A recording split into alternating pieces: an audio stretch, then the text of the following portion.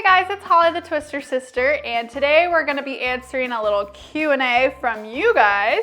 And today's question comes from Christine Belay. She asks, could you explain how to get the bubble to the end of the balloon for an antenna? I cannot seem to get that technique. Well, Christine, today you're in luck because I'm going to go ahead and show you a few different ways that you can actually achieve that effect. To start off learning this, I always recommend using a soft color, and it sounds weird, but some balloons are harder to twist than others and some just feel softer. And one of those is light pink. Yellow and white are also good ones to practice with. And then you can work up to some of the harder ones, even the metallic balloons, which can be much stiffer. So I'm just gonna go ahead and blow my balloon up a little bit to practice with here. And go ahead and tie that off. So I'm gonna start by showing you this, how I learned it in the steps that I learned it. So the first way I learned to do this, I do not recommend because it uses your mouth and putting the balloon in your mouth. But this is how I first learned it when I was little. So to make like a poodle tail, you're gonna go ahead and twist off the amount of bubble that you want to be at the end of your balloon. So I want my little bubble to be about this big.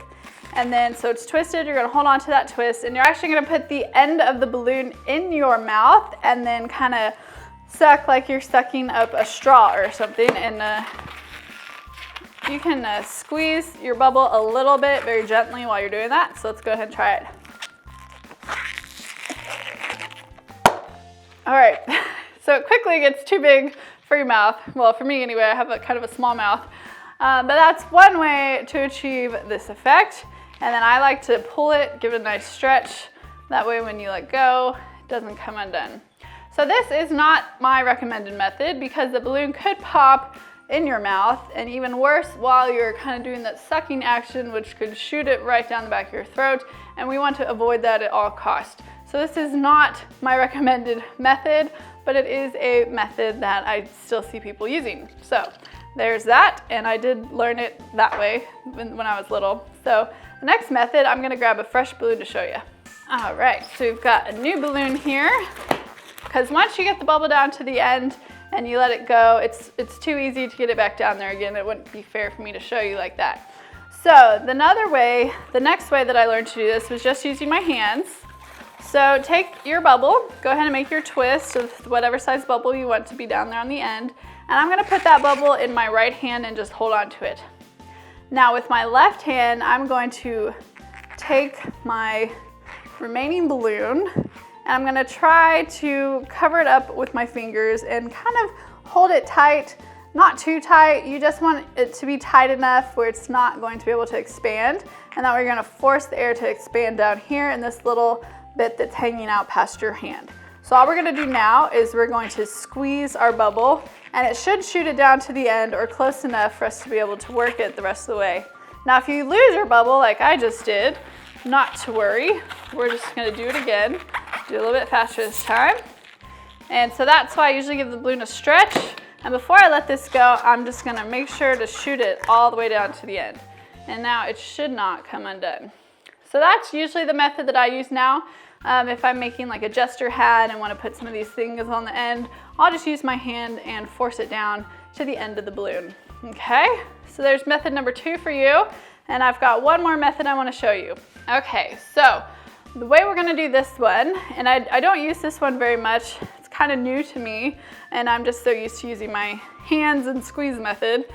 This is a little bit different, but what we're gonna do is we're gonna actually stretch out the tip of our balloon before we try to shoot the air down there. So just pull on it, you know, really stretch it out in every direction here, sideways, forward. So it should be nice and stretched out there.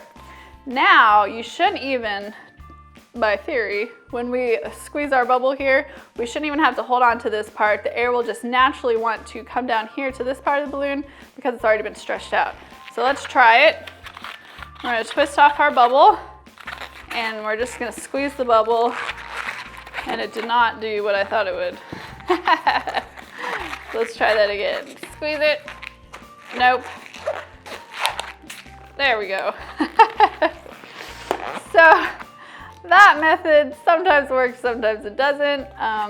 Some people swear by that method and that's all they use, but I still like to kind of hold on to the uninflated part to keep the air from it wanting to get into the part where it shouldn't.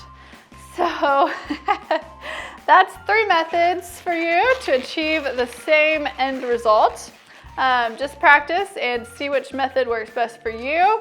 And if you guys have any other methods for creating poodle tails on your balloons, tell us about it in the comments below, or even better, upload a video and you can explain it to us.